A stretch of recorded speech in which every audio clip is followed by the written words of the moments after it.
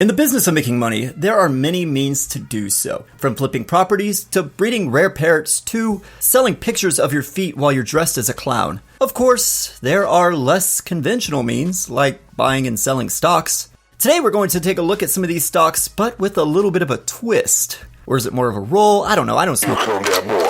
Ask any moderately popular guy in college what is the best way to make some money, and I'll bet my Birkenstocks they're gonna either say trading penny stocks, cryptocurrency, or weed stocks. Penny stocks are easy to get into as you're just betting your leftover pocket change from your venti frappy mocha cappuccino that's the same color as your chinos.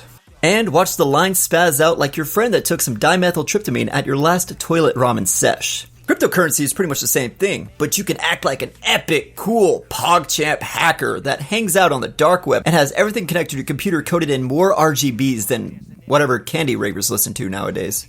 But weed stocks, aka marijuana securities as we call them on the good old Wall Street, are a bit of a different strain. I'm here to help you no longer be dazed and confused and get on the Pineapple Express out of this purple haze. Half-baked. See, the value of stocks is as the company that you own the stock in grows, so does the money you put into getting those stocks. With good old Reaganomics heading out the door some 40 years later, the devil's lettuce is becoming legal in more and more states after over 100 years of criminalization. Happy century anniversary, everybody. And as the time-honored tradition of burning out your brain cells becomes legal, more companies are willing to put some serious cash in a market that everybody knows exists, but was held back by litigation. So if you were to put some cash in, I don't know, Dank Kush 420 dispensaries owned by Jared Kushner, as it's starting up, it has the chance to expand to the point of having a location in every legal state. Pretty much, it's looking like the Wild West out here. As with every state that opens up, there are going to be new customers and new chances to continue growing your empire. On top of that, people who actually look at numbers say that marijuana sales will grow over 36% year after year, reaching a $55 billion market in 2024.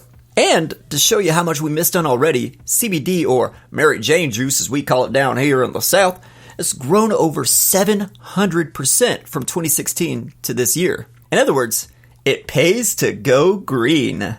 Look, I ran out of weed puns, so I'm scraping the bottom of the bowl here. So how do you hop in and ride the high? I recommend not just buying one stock, but an ETF, or exchange traded fund. Now, instead of hoping one or two smoke shops like Dank Kush 420 open up franchises across the states, you now put a blanket bet on all of them. Think of it like a roulette table.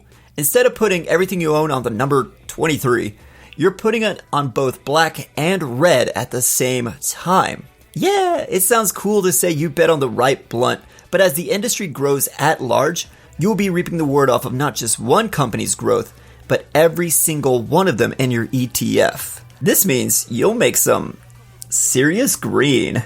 Okay, please like the video. But just a heads up, all these weed companies will be throwing our cash in our what's called small cap stocks, meaning they are basically small companies, and small companies fail more often than not.